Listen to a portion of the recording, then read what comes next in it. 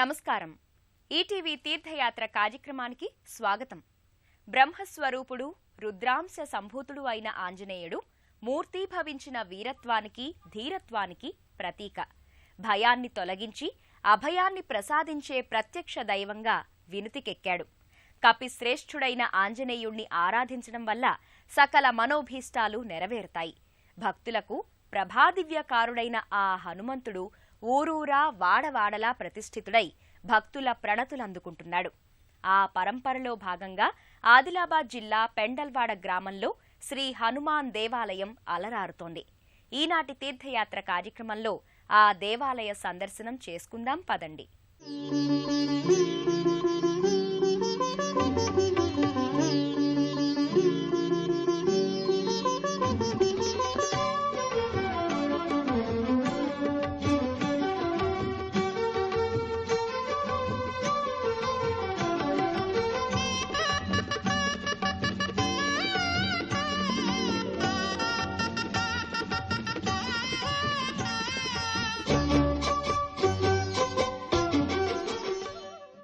ఆదిలాబాద్ జిల్లా పెండల్వాడ గ్రామంలో ఉన్న అతి పురాతనమైన, అతి ముఖ్యమైన దేవాలయాల్లో ఈ హనుమాన్ దేవాలయం ఒకటిగా విరాజిల్లుతోంది. ఈ ఆలయంలో స్వామివారు సర్వశక్తులకు ప్రతినిధిగా, అచంచల మనోశక్తికి ప్రతీకగా కొలువుతీరి భక్తులకు నేత్రానందాన్ని కలిగిస్తున్నాడు. ఆ రామభక్త హనుమాన్ కోవెల ప్రవేశం చేద్దాం రండి. ఆంజనేయ మతిపాటలాననం కాంచనాద్రి కమనీయ విగ్రహం పారిజాత తరుమూల వాసినం భావయామి పవనామనందనం. భక్తులందరికీ ఆదర్శప్రాయుడు హనుమంతుడు. దుష్ట శిక్షణ, శిష్ట రక్షణ కోసం హరిహర బ్రహ్మాదుల తేజాంశములతో జన్మించినవాడు హనుమంతుడు. భక్తాగ్రేసరుడైన ఆంజనేయుడు రామకార్యాన్ని సఫలం చేసిన రామసేవా దురంధరుడు. మన దేశంలో ఆంజనేయోపాసనకు ఎనలేని ప్రాధాన్యం ఉంది. ఊరూరా స్వామివారి ఆలయాలు కొలువుతీరి ఉన్నాయి. నమ్మిన వారిని సదా అంటిపెట్టుకొని కాపాడుతూ గాలి దోషాలను, మానసిక రుగ్మతలను మటుమాయం చేస్తూ ధైర్య సద్గుణ శక్తియుక్తులను ప్రోది చేస్తూ కటాక్షించే స్వామిగా ప్రణతులందుకుంటున్న మరో ఆంజనేయ స్వామి పవిత్రాలయం పెండల్వాడ. శ్రీయాంజనేయం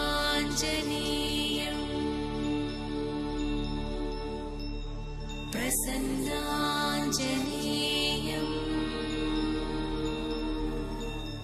ప్రభాదివ్యకాయం ప్రకీర్తిప్రదాయం ప్రభాదివ్యకాయం ప్రకీర్తిప్రదాయం భజే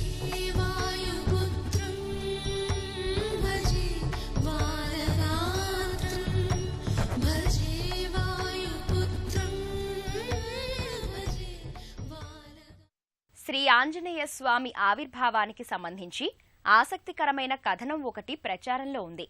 క్రీస్తు శకం 18వ శతాబ్ద కాలంలో వరద ప్రభావం వలన స్వామివారి లీలా విశేషం చేత ఆంజనేయ స్వామి విగ్రహం గ్రామ సమీపాన ఉన్న వాగులోకి నీటి ప్రవాహానికి కొట్టుకొని వచ్చి పెద్ద బండలా ఉండేదట. ఆ బండ స్వామివారి విగ్రహం అని తెలియక ఆ గ్రామ ప్రజలు ఆ బండపై బట్టలు పిండుకుని స్నానాలు చేసేవారట. ఒకనాటి స్వప్నమందు పెండల్వాడ గ్రామ పెద్దకు స్వామివారు కనిపించి తాను ఇక్కడి వాగులో ఉన్నానని, నన్ను పైకి తీసి ప్రతిష్ఠ చేసి పూజాధికాలు నిర్వహించమని, మీ గ్రామమంతా సుభిక్షంగా ఉంటుందని చెప్పి అంతర్ధానం అయ్యాడట. గ్రామ ప్రజలంతా ఏకమై వాగులో ఉన్న ఆ బండను లేపగా దివ్యమైన ఎత్తైన ఆంజనేయ స్వామి విగ్రహం కనిపించిందట. అనంతరం స్వామివారి విగ్రహాన్ని శివరాత్రి రోజులలో ప్రతిష్ఠించడం జరిగింది. అలా ప్రతిష్ఠితమైన ఆలయ గర్భాలయంలో స్వామివారు భవ్య శిలపై సింధూర వర్ణంతో తేజో ప్రభాకాంతులీనుతూ ప్రసన్నవదనంతో భక్తులకు దర్శనమిస్తున్నాడు.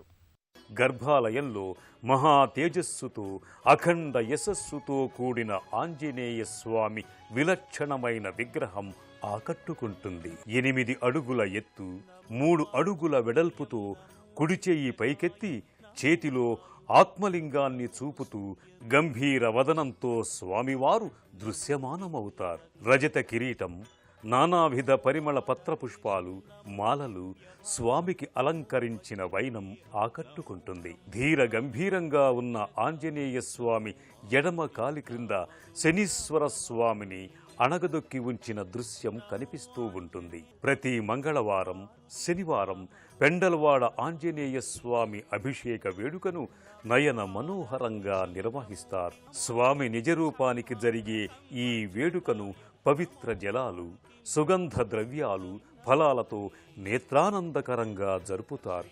పూర్వాభాద్ర నక్షత్రంలో జన్మించిన ఆంజనేయుడు అపూర్వ శక్తిమంతుడు.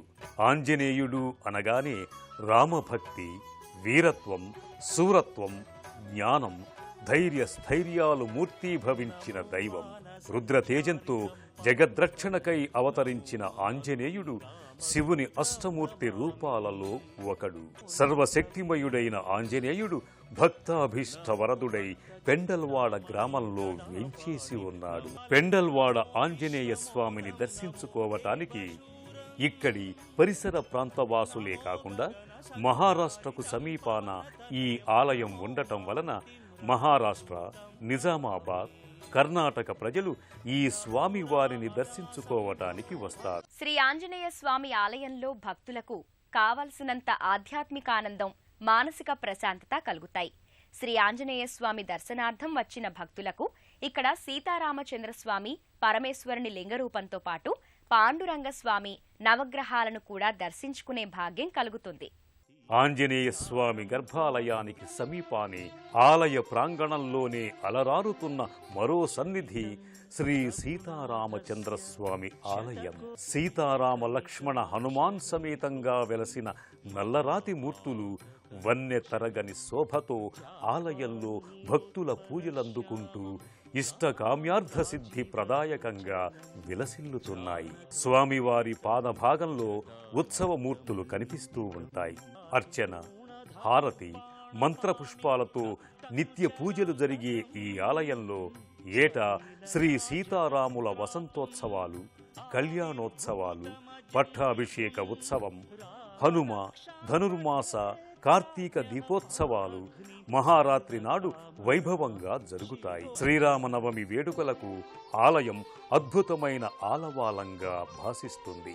అనంతరం భక్తులు సమీపాన్నే ఉన్న పరమేశ్వరలింగాన్ని దర్శించుకోవటానికి బయలుదేరతారు. శివ పంచాయతనంగా విరాజిల్లుతున్న ఆ పరమేశ్వరలింగాన్ని దర్శించుకొని భక్తులు పరవశులవుతారు.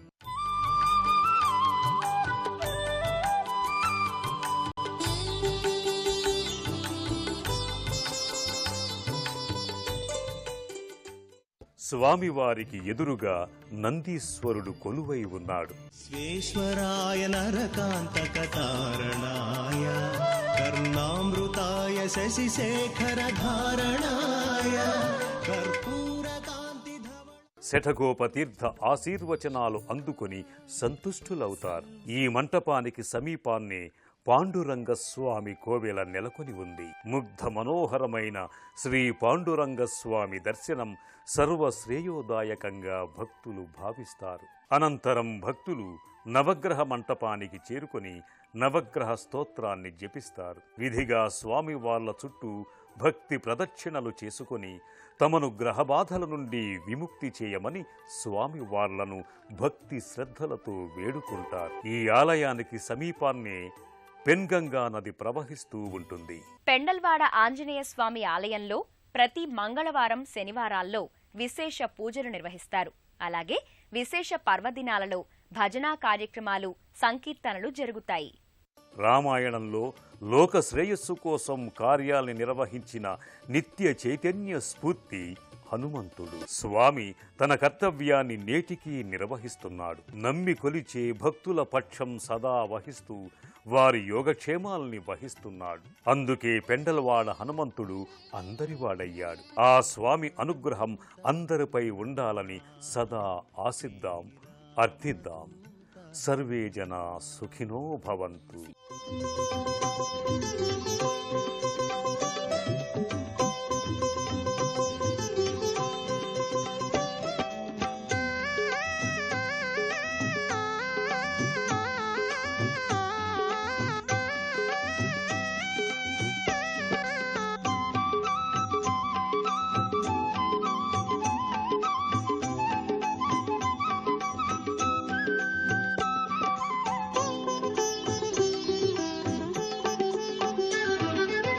శరణం శరణం మారుతి చరణం శ్రీకర మంగళ శుభకర చరణం శరణం శరణం మారుతి చరణం శ్రీకర మంగళ శుభ. జితేంద్రియుడైన ఆంజనేయ స్వామి ఆరాధన సకల సన్మంగళకరం. జ్ఞానానికి ధర్మానికి ప్రతీకైన హనుమంతుని ఆరాధన ద్వారా తన శక్తియుక్తుల్ని భక్తులకు అనుగ్రహిస్తాడనేది భక్తుల విశ్వాసం. ఆ స్వామివారి కరుణా కటాక్ష వీక్షణాలు మనందరిపై నిరంతరం ప్రసరించాలని కోరుకుంటూ మరో తీర్థయాత్ర కార్యక్రమంలో కలుసుకుందాం.